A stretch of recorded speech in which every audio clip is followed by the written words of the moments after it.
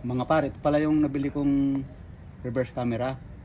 Ang pangit nito kasi sa gabi di mo siya makita eh. Which is meron siyang LED ang sabi, pero nung ginagamit ko, hindi naman siya umiilaw. Ngayon bumili ako ng bago. Ito. Ipapalit ko sa kanya. Titingnan ko kung alin ang mas mainam. Ito, lagay ko siya rito, tapos unboxing natin. Nabili ko ito sa online pala. Yan, mga paro, ito yung laman oh. Yung holes oh, pambutas kung walang butas pa. Sakto yun doon sa butas ng camera. Tapos ito yung kanyang wire. Yan. Ito yung sa ano to, supply, positive negative. Yan.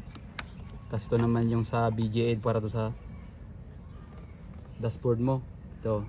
Actually meron naman siyang guide kaya hindi kayo mahihirapan. Tapos ito yung kanyang camera. Yan siya. Meron din siyang LED.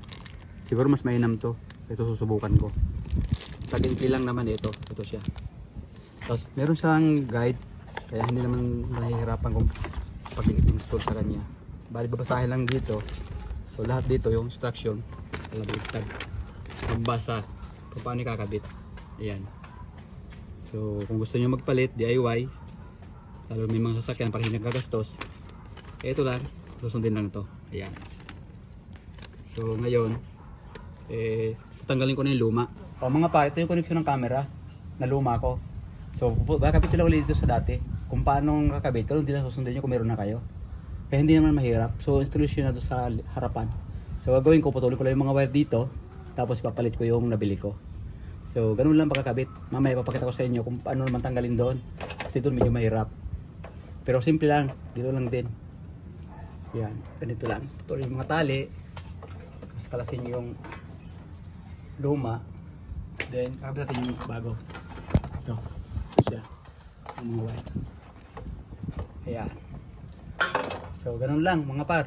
Sana ay masundan niyo yung ginagawa para sa susunod kayo din ang gagawin sa inyo. Okay, ito na mga par, kakabit ko na yung bago kong camera ito. Bali so natin yung butas, ganito. Ito yung dati natong may butas eh. Ganyan, ilulusot pa ganon. Tapos papaba, kukunin dito. Tapos ito, insert lang natin to kasi magalak naman yung dalawang mga ipin niya na yan. Magalak yan dyan. Pero bago nyo siya i-insert, siguraduhin nyo muna yung direksyon kasi baka mamaya mali, pwede pang ikot-ikutin. Kakabit muna to dito sa connection, then pag nakabit saka na iikot, ikalak yan kasi mahirap ikotin sa loob. Yan, ganito. Kakabit ko muna ganre, then ganyan, tapos i-reverse ko doon para makita natin kung tama bago natin ikutin. Kahit na hindi naka-start yung sasakyan natin, pwede tayo makita natin yung reverse camera. Sabihin nyo lang yung reverse ng inyong sasakyan, then rubber dyan. O see?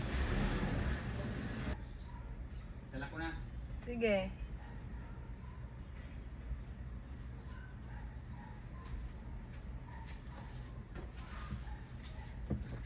O yan na. Kita nyo yung horizon, pantay na. So doon ilalak na natin ngayon. Then kakabit natin ng yung mga wire para makumpleto na natin. So ganun lang kadali ang pagkakabit niyan. So napakasimple lang, kahit sino pwedeng magkabit. Ito na mga sir. Pag natapos ng machine to doon, ayos natin sa ilalim. Bali, ayos natin yung wire, lagyan mga ties para malinis tingnan. Para professional ang dating. Kasi pangit naman kung hindi natin to gaganituhin. So magiging kala mo eh sapot ng ano, ng dalawa, gagamba. Ayan, malinis na kanya naman. Bibilang kayo ng mga plastic ties, marami naman dyan sa ano, Walter. Tatalian nyo lang kung ganito para magandang tingnan, hindi masakit sa mata. Ayan na. Eto, so bali tapos na ako. Sintro na dun sa monitor, okay na siya, kaya tinali ko na siya rito. Ayun lang mga par, at tapos na ang aking pagkakabit ng ano, reverse camera. Okay na mga par, gano'n lang kadali. Ito na yung camera in-install ko. Bali, mayroon nga pala siyang light na backlight. Ayun o, kita nyo, may ilaw siya ng kulay red. So doon sa taas, sa monitor, naka-ano na siya, naka-sentro na yung horizon. Makikita mo na yung ano, saka yung guide. Ayan lang, tapos na. Gano'n lang kadaling ikabit. Basta konting tiyaga-tiyaga lang. at goods na. Yun.